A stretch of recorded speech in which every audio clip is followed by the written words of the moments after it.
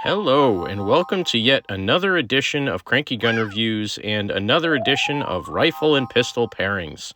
I'm starting to get into the swing of these, and this one is another military type setup. So what I have here is my DelTon AR-15 A2 upper on a Palmetto State Armory lower, and my Beretta 92FS, which is very similar to the military's M9 pistol.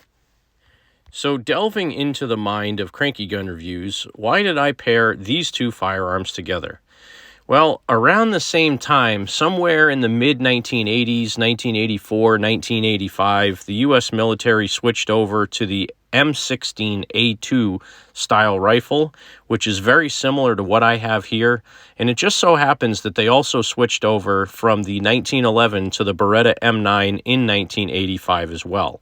So for me, these two pair up very well because they were marking a transition period in the U.S. military where they switched over from the 1911 as the sidearm and the M16A1 as the primary rifle.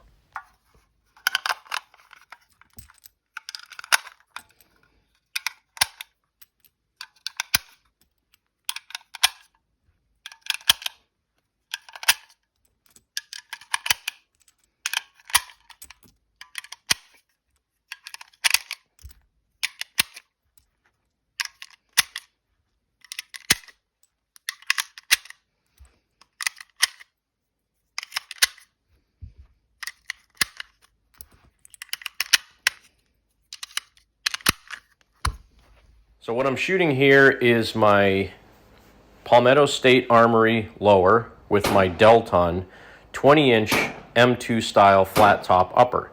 I did a video about this rifle a few days back, and this is the first time I've had a chance to get it out to the range and shoot it.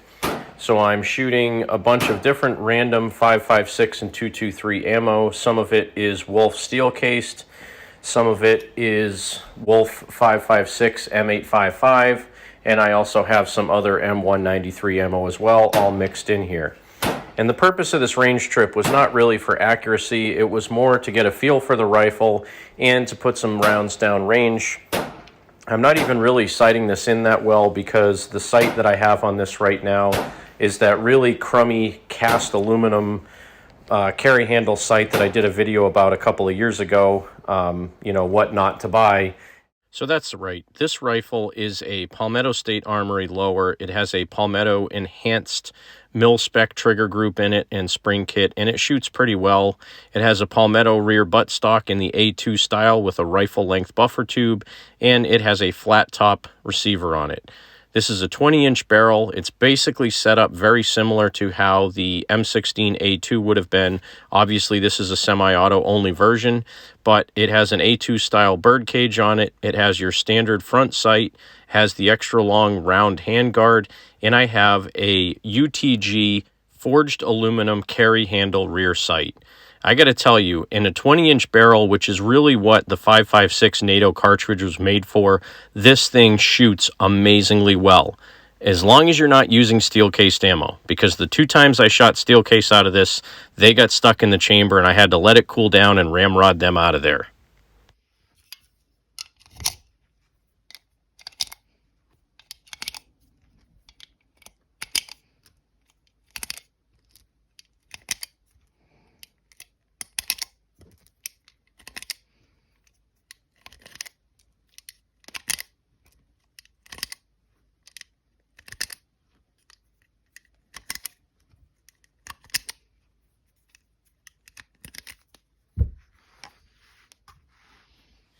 The 92FS, even though it said it was used when I bought it, it looked unfired. It had a brand new magazine with no marks from ammo on it, original receipt in the box, all the paperwork, the cleaning kit and everything. So I'm convinced that was never actually fired.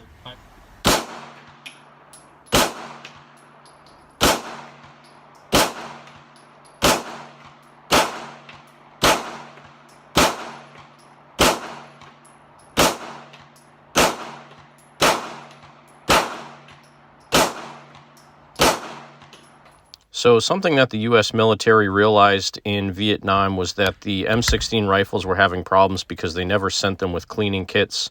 So in this buttstock, there's room to put a full cleaning kit in there. And this is actually the cleaning kit that got me started on the Otis breech to muzzle kit. This all fits in there. It comes with a chamber brush, a rod for the chamber brush and a handle, some pipe cleaners to clean out the inside of the bolt, a full stainless steel braided cable for that breech to muzzle cleaning system, a brush, some patches, some CLP, which exploded inside the butt of the gun. That's why everything's kind of yellowish. Some jags, another brush for the bore, and a chamber flag, which also picks up ambient light and lets you tell that the bore of the gun is not obstructed, and it all comes in a nice cleaning case. The pistol, again, that I chose for this pairing is my Beretta 92FS. It's very similar to the M9 pistol that the military used for quite a few years. The only difference that I can tell between the two, some minor things between maybe the sights, maybe the finish is a little bit different, and the original Beretta M9s actually had issues where the slides were breaking and coming off the back of the gun, so there's been some improvements to the 92FS. It also has a decocker built into it, so when you have a round in the chamber, you can actually decock the gun safely and still keep a round in the chamber. Another nice feature of the Beretta 92FS is the double to single action capabilities. So when you turn the safety off, if the hammer's down, the first trigger pull is a long, heavy trigger pull that cocks the hammer and fires the gun, and then subsequent trigger pulls will be a light, crisp, single action. So thanks again for tuning in. Have a great day. God bless America. Support your 2A rights. Get out there and shoot. And remember, if someone tells you to give up some of your freedom for the greater good, remind them that freedom is the greater good.